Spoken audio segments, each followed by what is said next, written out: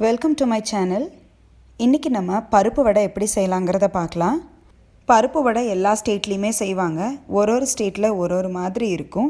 இன்றைக்கி நான் காட்ட போகிறது பியூராக கொங்கு நாடு ஸ்பெஷல். வாங்க எப்படி செய்வோங்கிறத பார்க்கலாம். இன்றைக்கி நான் காட்ட போகிற அளவுக்கு 25 வடை வரும். நாங்கள் யூஸ்வலாக வடைப்பருப்பு வச்சு செய்வோம். ஆனால் அந்த பருப்பு எல்லா ஸ்டேட்லேயும் கிடைக்கிறதில்ல. ஸோ நான் உங்களுக்கு கடலைப்பருப்பு யூஸ் பண்ணி எப்படி செய்கிறதுன்னு காமிச்சிருக்கேன்.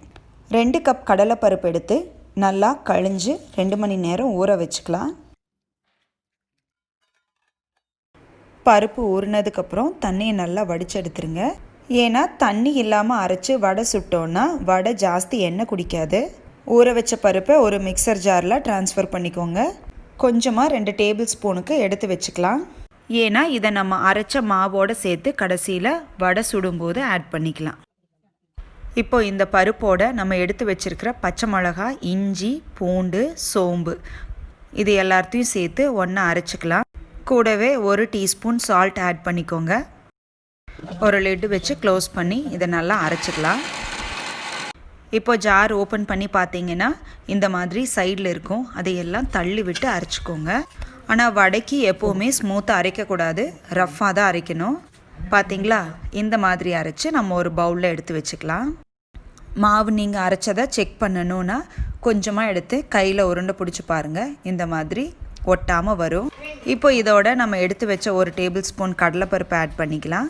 கூடவே பொடியாக நறுக்கி வச்ச சின்ன வெங்காயம் 1 கப், பொடியாக நறுக்குன கொத்தமல்லி இலை 1 கப் சேர்த்துக்கோங்க. இதையெல்லாம் ஒன்றா சேர்த்து நல்லா பிசைஞ்சுக்கலாம். கருவேப்பிலை வேணும்னா பொடியாக நறுக்கி சேர்த்துக்கோங்க.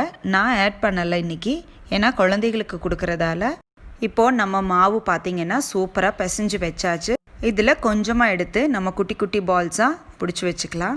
நம்ம பிடிச்சி வச்சுருக்கிற உருண்டை பார்த்திங்கன்னா ஸ்மூத்தாக ஈவனாக இருக்கணும். இந்த மாதிரி நம்ம எல்லா மாவையுமே ஃபஸ்ட்டு உருண்டை பிடிச்சி வச்சுக்கலாம்.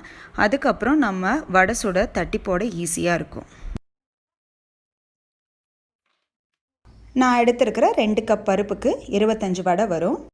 இப்போது ஒரு கடாயில் போதுமான அளவு எண்ணெய் சூடு பண்ணிக்கலாம். வடைக்கு கொஞ்சம் எண்ணெய் ஜாஸ்தி இருக்கட்டும், அப்போ தான் மூழ்கி வேக கரெக்டாக இருக்கும்.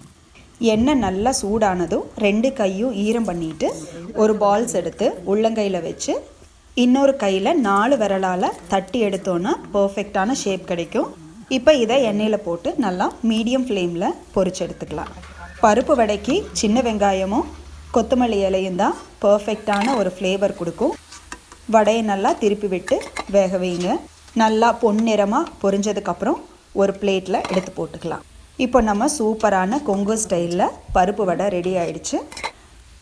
இந்த வடை ரெசிபி உங்கள் எல்லாருக்கும் பிடிச்சிருக்குன்னு நினைக்கிறேன். இது போல் சிம்பிள் அண்ட் ஹெல்த்தி ரெசிபீஸ் பார்க்க என்னோடய சேனலை சப்ஸ்கிரைப் பண்ணுங்கள், ஷேர் பண்ணுங்கள். உங்கள் கமெண்ட்ஸையும் எனக்கு எழுதி அனுப்புங்க. தேங்க்ஸ் ஃபார் வாட்சிங்.